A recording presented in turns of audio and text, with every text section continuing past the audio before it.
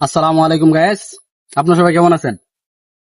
মানে আমরা যে নাটক দেখি যে মানে বিয়া করার পরে জামাই যাবি মানে এই যে আপনার যে গয়নাগাটি যাচ্ছে চুরি করে নিয়ে থাকে, এরকম একটা ইতিহাস হয়েছে।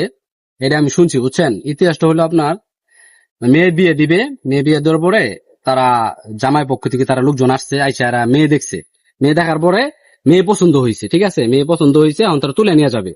পরে আর কি করব, পরে তারা সবকিছু দেখে দেখে পরে তারা মেয়ে তাদের কাছে তুলে দিছে, ঠিক আছে, বিয়ে সাথে দিয়ে তাদেরকে তুলে দিছে, নিয়ে গেছে। নিয়ে যাওয়ার পরে এক দুদিন থাকার পরে পরে যখন ফিরা ফিরে না আর যখন মেয়ে আনতে যাবে, তারা মেয়ের পক্ষ থেকে তাদের কাছে গেছে যা এরা মেয়ে আনবে, ঠিক আছে, তুলে আনবে।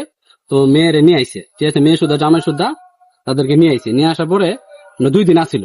2 দিন থাকার পরে আপনার জামায়ে আপনি সারা রাত গেছে, যাওয়ার পরে মনে করলেন রাত্রে বেলা আপনার 2:30 না 3টার দিকে, আমি সঠিকটা আসলে এরকম বলতে পারতেছি না, 2:30 না 3টার দিকে জামায়ে বউয়ের গয়না গাড়ি টাকা পয়সা সবকিছু নিয়া যখন মানে চলে যাবো গা, ঠিক আছে, যখন যাবো গা মানে চুর যারা বলে আর কি, চুরি করে মানে নিয়ে যাইবো, ঠিক আছে, তখন ধরা খাইছে।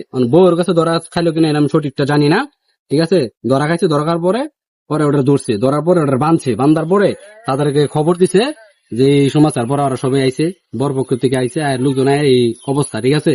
তো যারা মেয়ে বিয়ে দিবেন, ঠিক আছে, তাদের পক্ষ থেকে বলতেছি আপনারা সবাই আপনার ওই ছেলে যে আছে মানে ছেলে মানে এই ছেলে কেমন, মানে ছেলে কিরকম, ও আচার ব্যবহার কিরকম, তার পারিবারিক কিরকম, সবকিছু যাচাই বাছাই করে, ঠিক আছে, পরে আপনারা মেয়ে বিয়ে দিবেন, ঠিক আছে। তো সবাই ভালো থাকবেন, সুস্থ থাকবেন, আল্লাহ হাফেজ।